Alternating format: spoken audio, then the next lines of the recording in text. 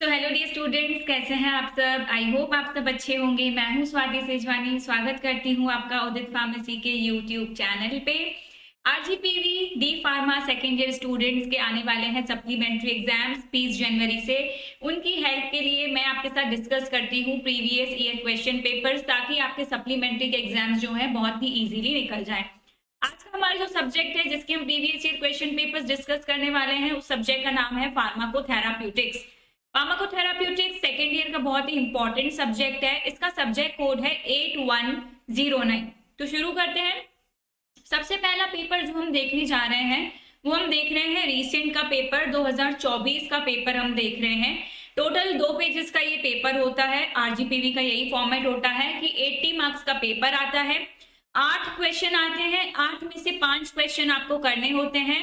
यही यहाँ पे नोट दिया रहता है। दूसरा नोट दिया रहता है each question carry equal marks. Equal marks का मतलब है 16 मार्क्स का एक क्वेश्चन रहता है। जब आप 5 क्वेश्चन अटेम्प्ट कर लेते हो तो आपका पेपर हो जाता है 80 मार्क्स का। ठीक है, तो यहाँ पे ये 8 क्वेश्चन दिए हुए हैं, इसमें से 5 आपको अटेम्प्ट करने। शुरू करते हैं। क्वेश्चन नंबर 1 है, इसमें 2 पार्ट दिए गए हैं, ए और बी। 8 मार्क्स का क्वेश्चन पूछा गया है। पहला क्वेश्चन है defines evidence based medicine. Evidence based medicine को डिफाइन करिए। Write the steps involve in evidence based medicine. कौन कौन सी स्टेप्स इन्वॉल्व होती हैं एविडेंस बेस्ड मेडिसिन में, वो स्टेप्स आपको लिखनी है। नेक्स्ट बी पार्ट पूछा गया है, एक्सप्लेन स्टैंडर्ड ट्रीटमेंट गाइडलाइन, जिसको शॉर्ट फॉर्म में STGB कहा जाता है। स्टैंडर्ड ट्रीटमेंट गाइडलाइंस को एक्सप्लेन करिए। Write the advantages of STG to patients and health care workers. ये जो STD है, स्टैंडर्ड ट्रीटमेंट गाइडलाइंस, इसके क्या एडवांटेजेस हैं पेशेंट्स के लिए और हेल्थ केयर वर्कर्स के लिए, उसके एडवांटेजेस लिखने हैं आपको। क्वेश्चन 2 अगेन ए और बी पार्ट में है। ए पार्ट में पूछा गया है, right the aetiopathogenesis and symptoms of hypertension और कंजेस्टिव हार्ट फेलियर। आपको यहाँ पे ध्यान देना है, यहाँ पे और दिया है, तो या तो आपको हाइपरटेंशन के इटियोपैथोजेनेसिस और सिम्टम्स लिखने हैं, या फिर CHF के, जिससे कि कंजेस्टिव हार्ट फेलियर कहा जाता है। इन दोनों में से एक के बारे में आपको लिखना है 8 मार्क्स के बाद, 8 मार्क्स में। दूसरा बी पार्ट है, right the pharmacological treatment of COPD। COPD important है, कई बार इस पे क्वेश्चन पूछा जाता है, तो फार्माकोलॉजिकल ट्रीटमेंट 8 मार्क्स में इसमें लिखना है। थर्ड क्वेश्चन ए पार्ट पूछा गया है, aetiopathogenesis and risk factors for type 2 diabetes. Type 2 diabetes का एटियोपैथोजेनेसिस और रिस्क फैक्टर्स लिखने हैं आपको। बी पार्ट में पूछा गया है, write a note on hypothyroidism disorders. के हाइपोथायराइडिज्म डिसऑर्डर्स में आपको जो भी पता हो उस पूरे के बारे में एक नोट आपको लिखना है। क्वेश्चन 4 जो है 4 पार्ट्स में दिया गया है। ठीक है, इसमें से कोई भी आपको 2 अटेम्प्ट करने हैं। 8 मार्क्स का एक है। पहला है माइग्रेन, दूसरा है एपिलेप्सी, तीसरा पार्किंसन, चौथा है एल्जाइमर डिसीज। इन चारों में से 2 आपको जो बहुत अच्छे से आते हो, उन 2 पे आपको नोट लिखना है 8 मार्क्स के हिसाब से। क्वेश्चन 5 ए पार्ट में पूछा गया है, explain anti microbial resistance with examples. Anti microbial resistance क्या होता है, उसके एग्जाम्पल्स के साथ आपको एक्सप्लेन करना है।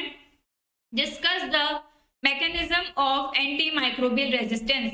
एंटी माइक्रोबियल रेजिस्टेंस का क्या मैकेनिज्म होता है वो आपको एक्सप्लेन करना है। 8 मार्क्स का आपको लिखना है।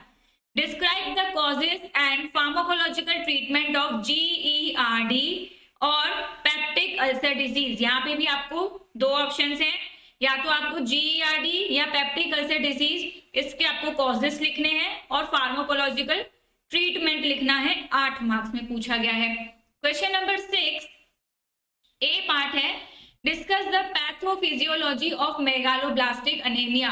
अनीमिया बहुत ही इंपॉर्टेंट टॉपिक है। अनीमिया पे काफी सारे क्वेश्चंस पूछे जाते हैं, जैसे यहाँ पे मेगालोब्लास्टिक अनीमिया की पैथोफिजियोलॉजी पूछी है।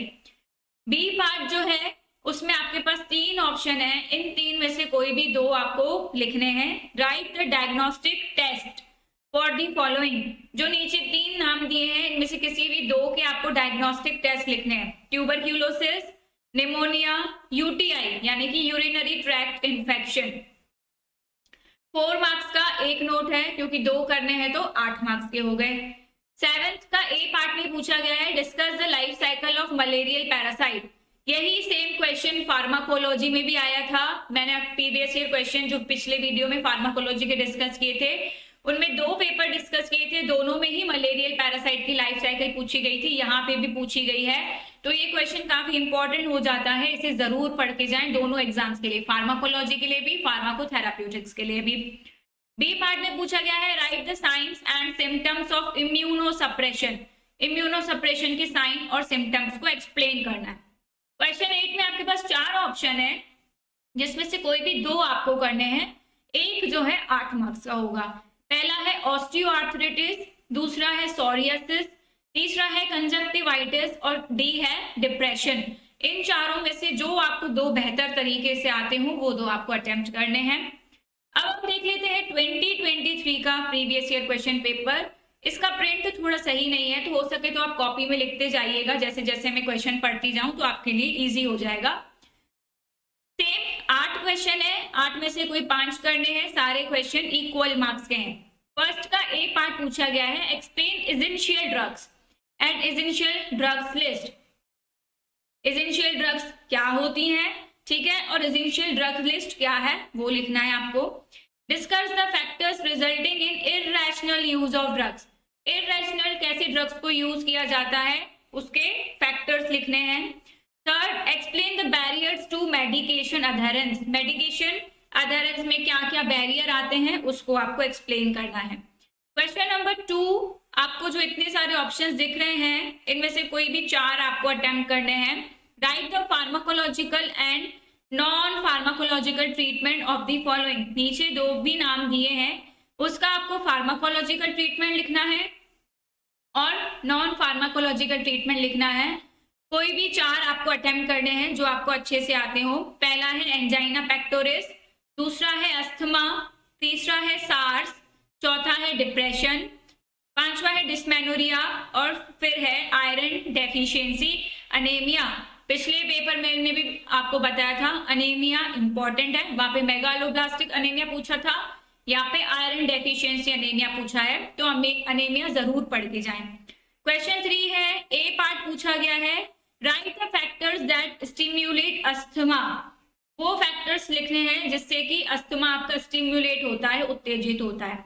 बी में पूछा गया है right the symptoms and treatment of Alzheimer's disease. Alzheimer disease के आपको सिम्टम्स और ट्रीटमेंट लिखना है। क्वेश्चन नंबर 4, 5 ऑप्शन है आपके पास, 5 में से कोई 4 आपको करने हैं। इटियोपैथोजेनेसिस और सिम्टम्स लिखने हैं आपको। पहला है इन्फ्लेमेटरी बावल डिसीज, ठीक है, मैं यहाँ पे लिख देती हूँ, वहां पे आपको शो नहीं हो रहा। पहला है इन्फ्लेमेटरी बावल डिसीज, पहला ये है शॉर्ट नोट। दूसरा पूछा गया है आपसे एड्स, तीसरा है स्केबीज, चौथा एपिलेप्सी और 5वां है कंजेस्टिव हार्ट फेलियर। इन 5 में से जो 4 आपको अच्छे से आते हो वो लिखने हैं। 5th पूछा गया है 2 पार्ट्स में। ए पार्ट है explain the types of tuberculosis. Tuberculosis के आपको टाइप लिखने हैं। Discuss the causes of drug resistance in tuberculosis. जब ट्यूबरक्यूलोसिस का ट्रीटमेंट चलता है तो ड्रग रेजिस्टेंस हो जाता है, उसके क्या क्या कॉजेज हैं, क्या कारण है, वो आपको लिखने। बी पार्ट में पूछा गया है right the causes of urinary tract infection UTI. इसके बारे में आपको लिखना है कि क्या इसके कॉजेज होते हैं, क्या कारण होते हैं। 6th क्वेश्चन 2 पार्ट्स में है, ए और बी। पहले में पूछा गया है write a note on hepatitis B. Hepatitis B पे आपको एक नोट लिखना है। बी पार्ट है discuss the opportunistic infections in HIV. क्या क्या इन्फेक्शन हो सकते हैं एचआईवी में। देखिए एचआईवी और एड्स यहीं पे रिलेटेड 2 क्वेश्चन आ गए, तो एड्स को अच्छे से पढ़ के जाएं, एचआईवी के बारे में अच्छे से पढ़ के जाएं, इसमें काफी क्वेश्चन आते हैं। 7th क्वेश्चन का a part write a note on respiratory viral infections. Respiratory viral infections क्या क्या होते हैं उस पर आपको एक नोट लिखना है। बी पार्ट में पूछा गया है right the causes and symptoms of rheumatoid arthritis, जिसको कभी कभी शॉर्ट में आरए नाम से भी पूछा जाता है। तो रूमेटॉइड आर्थराइटिस के क्या क्या कॉजेज होते हैं, क्या सिम्टम्स होते हैं, वो लिखना है। 8th क्वेश्चन में 4 ऑप्शन है आपके पास, 4 में से कोई भी 2 करने हैं। पहला साइकोटिक डिसऑर्डर, दूसरा ग्लूकोमा, तीसरा एंटीमाइक्रोबियल रेजिस्टेंट और चौथा है पॉलीसिस्टिक ओवरी सिंड्रोम। इन चारों में से जो भी आपको अच्छे बेहतर तरीके से आते हो वो 2 आपको लिखने हैं।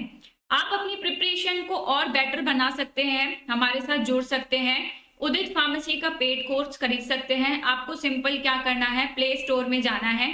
प्ले स्टोर में जाने के बाद उदित फार्मेसी की ऐप को इंस्टॉल कर लेना है। आप टाइप करिएगा उदित फार्मेसी तो आपके सामने ऐप आ जाएगी। जैसे ही ऐप आ जाएगी आप उस ऐप को इंस्टॉल कर लीजिए।